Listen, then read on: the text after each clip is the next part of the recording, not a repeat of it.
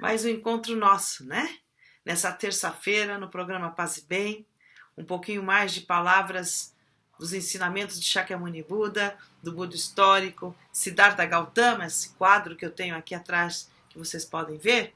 Essa é uma representação de Siddhartha, do indiano, né? Aquele jovem que queria compreender o sentido da vida. Ele encontrou a doença, a velhice e a morte. Ele queria entender qual é o sentido da vida. E assim, ele foi atrás de pessoas que praticavam meditação, renunciantes, eram pessoas bem radicais mesmo, né?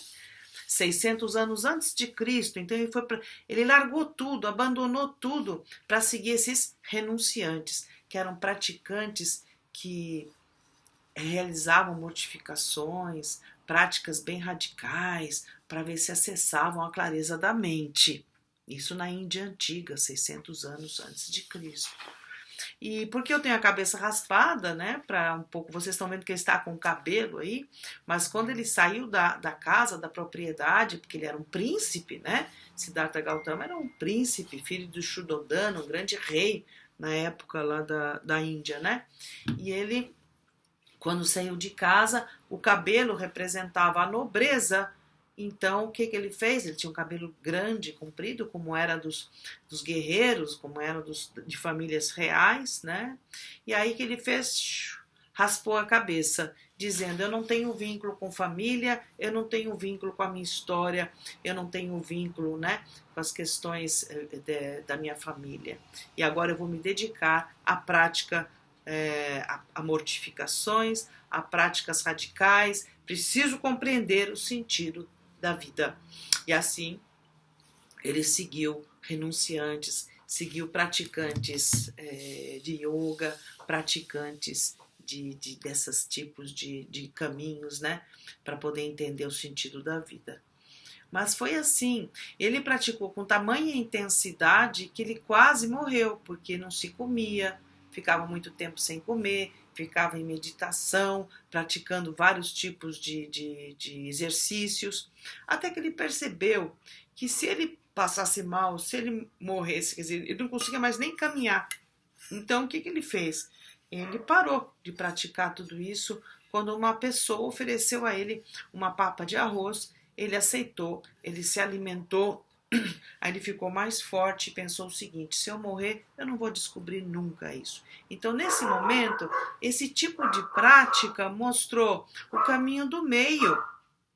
Nós temos que estar com a mente sadia para acessar o despertar. Então, essa coisa de mortificação do corpo, né? Você ter que acabar com o seu corpo para você ter o despertar, isso é falso. Ele percebeu isso. Como é que eu vou acabar aquilo que é que vai me dar condições de acessar e ter clareza e lucidez? A gente sabe disso, que existem muitas correntes que querem castigar o corpo, como se o corpo fosse o problema. Não. Nós temos que estar saudáveis, com a mente lúcida para o caminho do despertar. Né? Se você começa a ficar com a mente totalmente perturbada, você vai para outro caminho, não o caminho do despertar. Então, Siddhartha Gautama recuperou a sua saúde, né? Foi até criticado pelos colegas, porque existe isso muito, né? Existem muitas posturas radicais, né? E a pessoa percebe que não é por aí. E ela às vezes não consegue sair disso.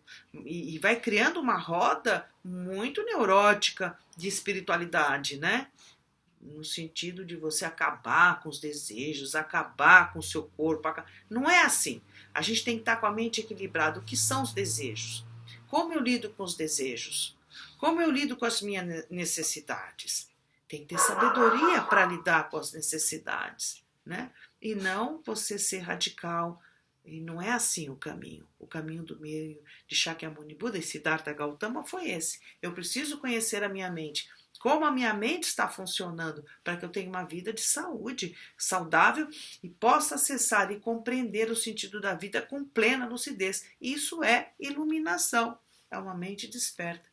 Então, Siddhartha se alimentou, se fortaleceu e voltou a sentar. Ele não desistiu. Ele não voltou para casa correndo, muito pelo contrário.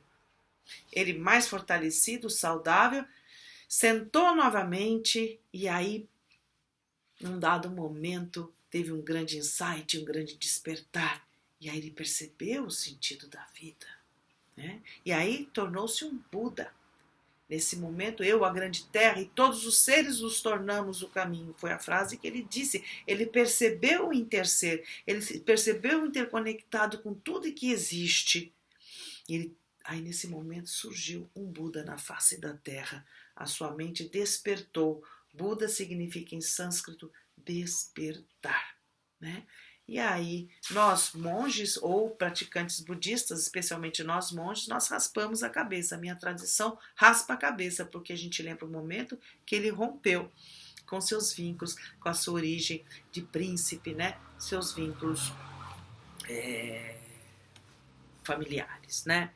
Eu raspo a cabeça repetindo aquilo que Shakyamuni Buda fez. Mas a sua representação é essa nos quadros, esse cabelinho encaracoladinho, né? Que mostra, e que é lógico que o seu cabelo cresceu durante a prática, mas isso não é importante. Muitas pessoas confundem Shakyamuni Buda, o Buda histórico, com aquela representação gordinha de um Buda gordo, né? Que é o Buda da felicidade, chama-se Hotei.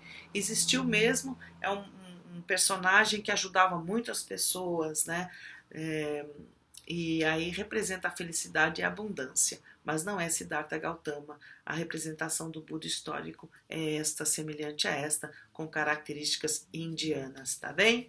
Isso é uma breve introdução para vocês nessa manhã. Bom, está friozinho, muito friozinho em São Paulo, e eu quero dar continuidade às leituras, né? Sempre um pouquinho de mensagem para vocês, da maneira mais simples possível, como é que os ensinamentos de Shakyamuni Buda passam, né, por nós. E eu estou trazendo sempre os livros da minha mestra Monja Koen Hiroshi, que você pode acessar no site Zendo Brasil, na lojinha. Esse aqui, ó, 108 contos e parábolas, 108 contos, né? São várias histórias zen, e que Monja Koen apresenta a história e depois desenvolve. E hoje eu encontrei uma história que tem tudo a ver com o clima que nós estamos passando aqui em São Paulo, que começa assim, numa tarde fria, né? As tardes têm sido frias, não tem? Não sei onde é que você está, de repente onde você está é quente, né? Bom, né? Eu tô até com esse coletinho aqui para esquentar um pouquinho. Então vamos lá. O texto chama-se Mais um Passo. Mais um passo. Então esse é até um convite para você, tá bem? Aí começa assim. Numa tarde fria, Mestre Dogen é o nosso mestre fundador da Soto Zen, da nossa tradição. Mestre Dogen é um monge do século XIII, no Japão, tá? E ele é um dos fundadores da Soto Zen, dessa escola a qual eu pertenço. Numa tarde fria, Mestre Dogen reuniu seus discípulos e falou o seguinte: do topo de um poste de 100 pés de altura, como você dá mais um passo? No topo de um poste de mais de 100 pés de altura, como você dá mais um passo? É uma pergunta. Como você dá mais um passo? Aí continua. Abandone corpo e mente. De maneira decisiva. Abandone corpo e mente de maneira decisiva. Você já ia pensar, não, vou fazer isso, vou fazer assado, vou fazer assim, desse jeito. Ele fala, abandone corpo e mente de forma decisiva. Nossa, o que significa isso? Pense que a morte não é má. Quando abandonamos preocupações sobre tudo, desde a arte de viver até nossas próprias vidas, podemos obter o caminho. Eu vou repetir. Do topo de um poste de 100 pés de altura, como você dá mais um passo? Abandone corpo e mente de maneira decisiva. Pense que a morte não é má. Quando abandonamos preocupações sobre tudo, desde a arte de viver até nossas próprias vidas, podemos obter o caminho. Então, abandonar a preocupação da morte, abandonar as preocupações da nossa vida. Assim, nós podemos obter o caminho. Eu vou terminar de ler, depois vou comentar isso. Mesmo se praticarmos como se tivéssemos de apagar o fogo em nossas cabeças, se ainda houver preocupações sobre sua vida, nada será obtido. Palavras de Mestre Dogen. Então, se você tem muitas preocupações, você não alcança o caminho. Nada é obtido. O que acontece com as preocupações? O que é isso que Mestre Dogen quer dizer? Precisamos abandonar as preocupações da nossa vida para vivermos o caminho. O que é o caminho? Então ele fala assim: mesmo se praticarmos como se tivéssemos de apagar o fogo em nossas cabeças, se ainda houver preocupações sobre a sua vida, nada será obtido. Vamos ver o que Monja Coen nos inspira, né? Quando achamos que chegamos ao topo, que não há mais para onde subir, qual o passo seguinte? Nós chegamos lá no topo, né? Você pode se jogar no vazio, se atirar no nada, ou descer, voltar atrás. Se não houver mais ideias, conceitos a que se agarrar, o que fazer?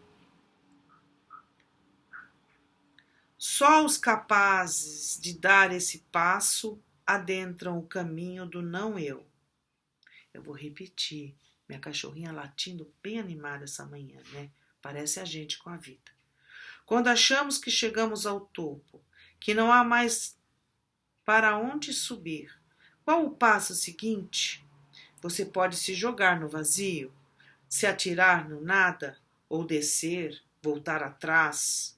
Se não houver mais ideias, conceitos a que se agarrar, o que fazer? Só os capazes de dar esse passo adentram o caminho do não eu. Ir além dos não conceitos. Mas, cuidado! Não se atire de cima de um edifício, muro, janela ou precipício. Não estamos falando de suicídio. Olha, a lembrança da Monja Coen aqui.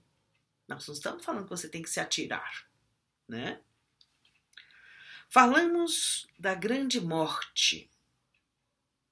Abandonar todos os condicionamentos e acessar o primeiro olhar.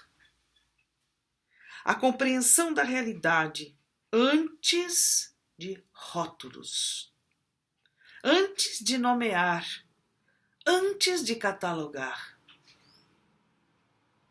Olha, o que eu estou dizendo aqui, que a Monja Coen está dizendo para nós que eu estou lendo. Falamos da grande morte. Abandonar todos os condicionamentos e acessar o primeiro olhar. A compreensão da realidade antes dos rótulos, antes de nomear, antes de catalogar. A experiência primária do Samadhi, como uma criança, um bebê, que percebe os sons e as formas assim como são. As crianças são assim, né? Elas percebem as coisas, mas não nominam ainda. Elas percebem, elas ouvem os sons, mas elas não nominam, porque elas ainda não sabem. Nós não percebemos as coisas, nominamos, enrijecemos e reagimos.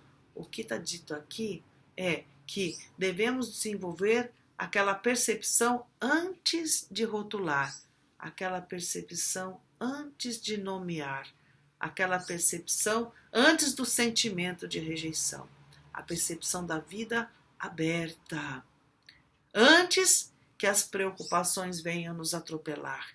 Recuperarmos essa consciência aberta da vida.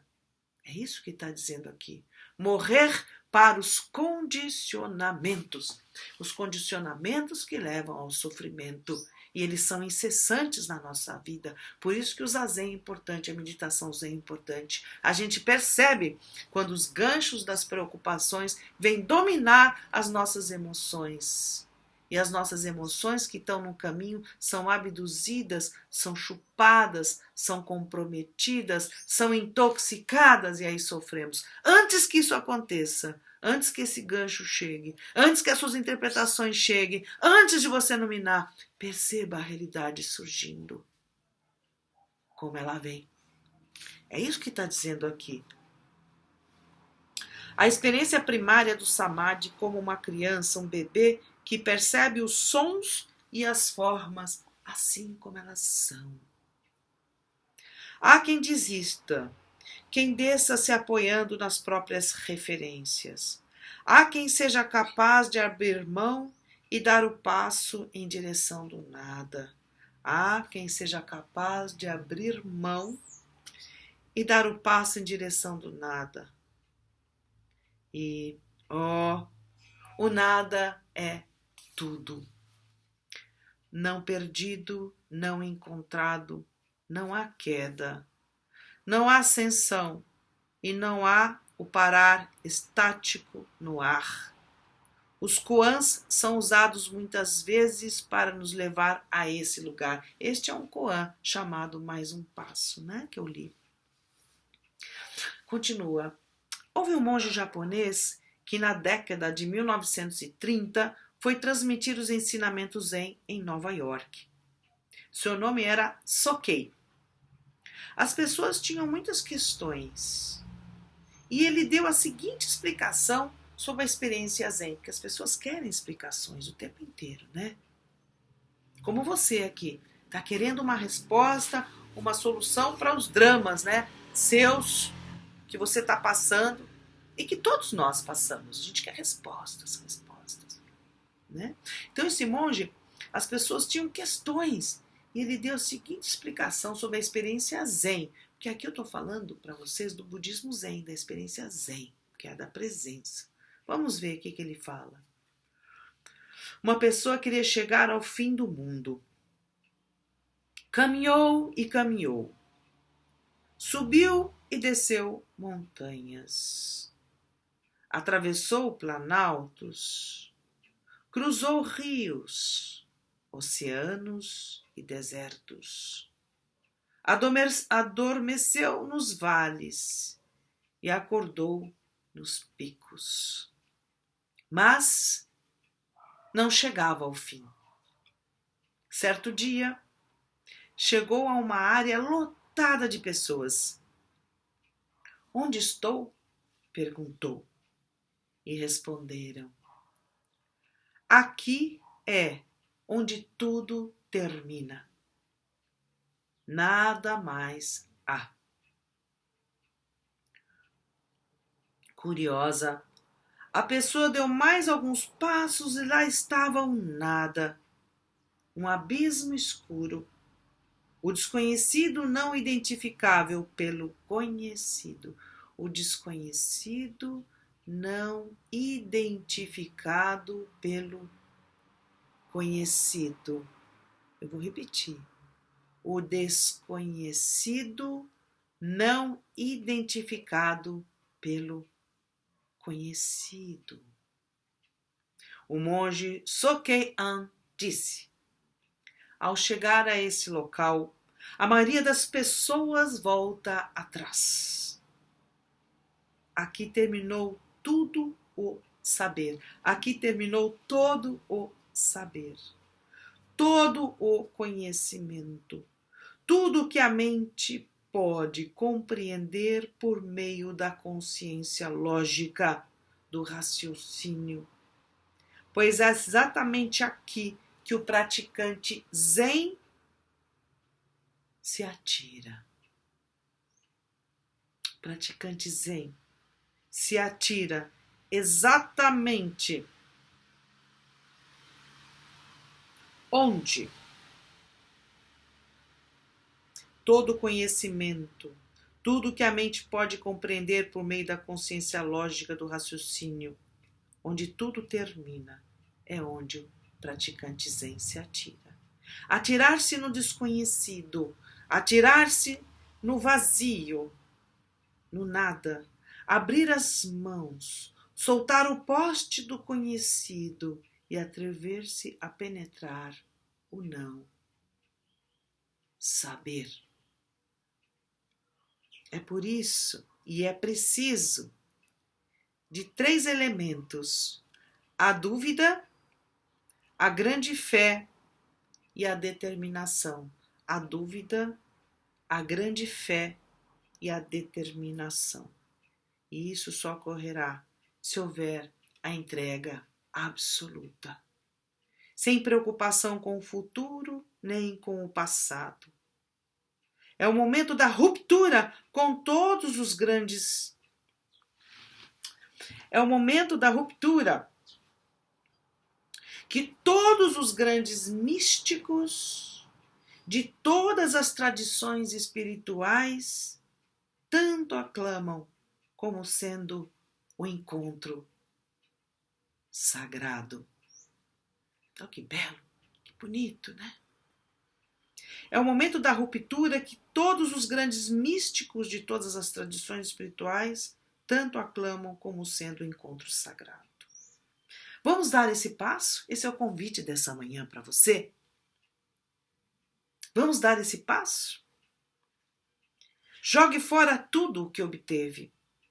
Sua iluminação, sabedoria, conhecimentos, estado Buda, ensinamentos, mente comum, tudo. Reduza-se ao vazio. Abandone até o vazio. Isso é dar o passo adiante de um poste de 100 pés de altura. Essa é a mensagem para você nesta manhã. Ouça de novo esse paz e bem dessa manhã. Ouça, ouça. Qual é a mensagem que está sendo transmitida nesta manhã a você? Ouça várias vezes para perceber qual é mesmo o passo que você tem que dar para a sua vida. Cuide-se bem. Excelente semana.